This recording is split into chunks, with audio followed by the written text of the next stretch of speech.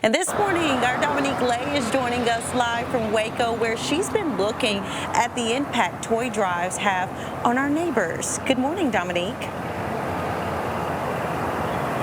Good morning, Sade. Yeah, it's that month right now. It's the month we're seeing toy drives. For the past few weeks, we've been seeing lots of places that have those boxes set up in their front offices. Now, I'm going to tell you how these toy drives are directly impacting families in our neighborhood. It's been very hard this year, and it's been very hard for me to stay on my feet. Renata Mosley is a single mom working to make ends meet. Because it's hard for us out here. It really is. Everything is so expensive. It is hard. We live in paycheck to paycheck. It is so hard out here. And this time of year, the season of gifting is one of the toughest for many families, especially for those struggling like Mosley, who recently lost her job.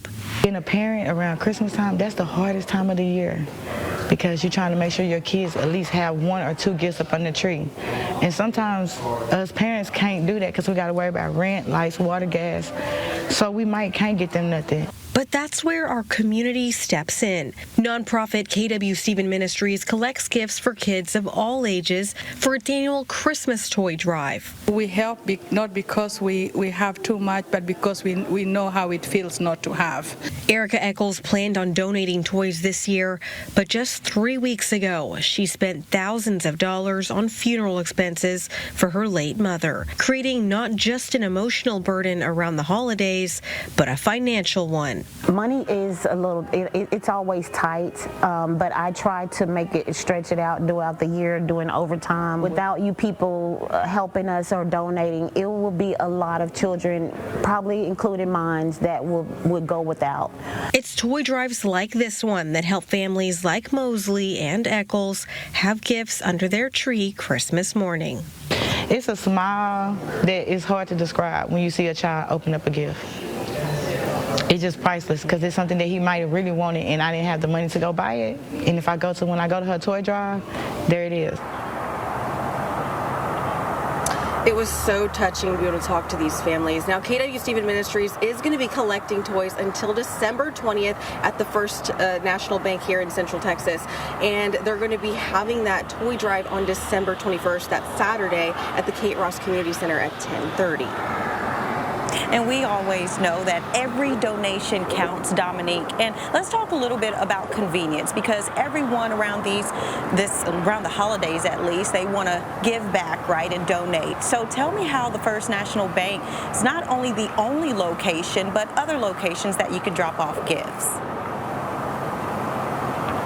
Yeah, exactly. So this is just one spot, a part of the KXXV Ministry Toy Drive. Another location at the First National Bank is going to be in China Spring, as well as in Valley Mills. And they're looking for toys for kids of all ages. They're really looking for toys for kids in the teenage years, because they say that's where a lot of people kind of forget. They get a lot of toys for younger kids, stuffed animals, Hot Wheels, but they're really looking for maybe some older toys, like maybe some art, some things that your teenagers are going to want to use. So, yeah.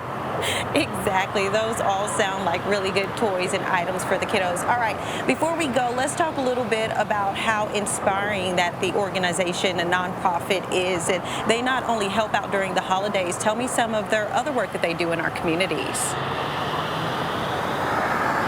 Yeah, so one thing that's really cool is that they have been doing this toy drive for the past 4 years. They've been around longer than that, but they've been able to help over 400 kids each year, Sade. That's something, just thinking about 400 kids in our community that are getting toys that they wouldn't normally be able to get. Another thing that they do is Lily Bold. She's a part of this organization that makes earrings for domestic violence survivors, and she's able to do that. And then the profits that she makes from that goes to domestic violence survivors in our own community. Back to you, Shirley.